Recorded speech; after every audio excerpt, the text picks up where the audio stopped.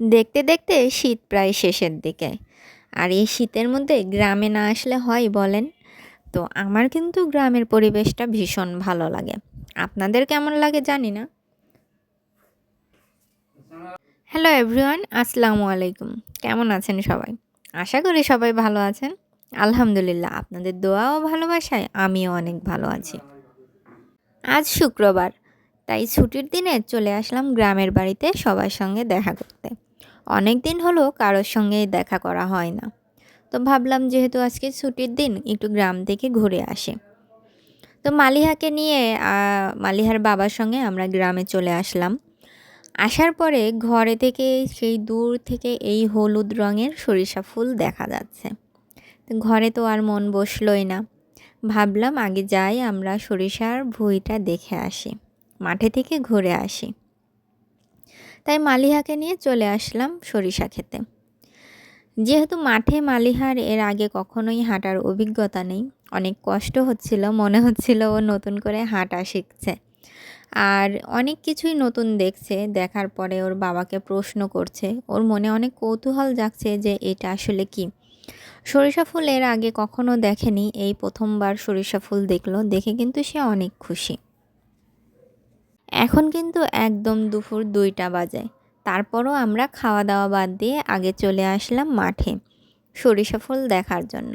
মালিহা আর মালিহার বাবা একসঙ্গে এগিয়ে যাচ্ছিল আর আমি পেছনে ছিলাম। এই পাশটা দেখেন সবুজ রঙের ঘাস, দেখতে কিন্তু অসম্ভব সুন্দর লাগছিল। তা আমি একটু ক্যামেরা বন্দি করে নিলাম। আর এই পাশটা রয়েছে সরিষা ক্ষেত। দূরে, অনেক দূরে অনেক বড় একটা সরিষার ক্ষেত আছে, ওইখানে আমরা যাব, কিন্তু এখন আর যাচ্ছি না।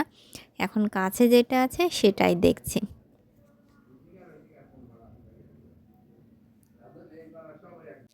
আমরা প্রায় সরিষা ক্ষেতের কাছেই চলে এসেছি।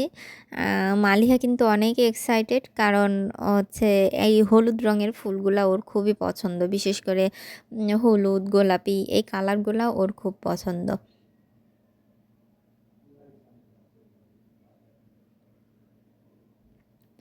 এই সরিষা ভুঁই দেখে আমার মনে হচ্ছে আজকে এখানেই আমরা থেকে যাই, এত সুন্দর।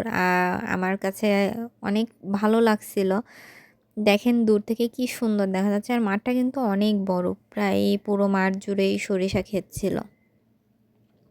আমরা এখানে বিকেলে আবারও আসব। এখন জাস্ট ঘরে থেকে দেখে মন বসলো না, তাই আমরা দেখার জন্য চলে আসছি।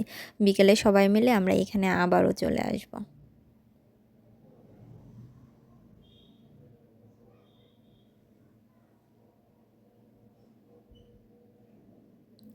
তো আপনারা কে কে এই সরিষা ফুল পছন্দ করেন, কিংবা এখন পর্যন্ত মাঠে যাননি এমন কেউ আছে বলে আমার জানা নেই। যদি থেকে থাকেন অবশ্যই কমেন্ট করে জানাবেন। ভালো থাকবেন সবাই, আল্লাহ হাফেজ।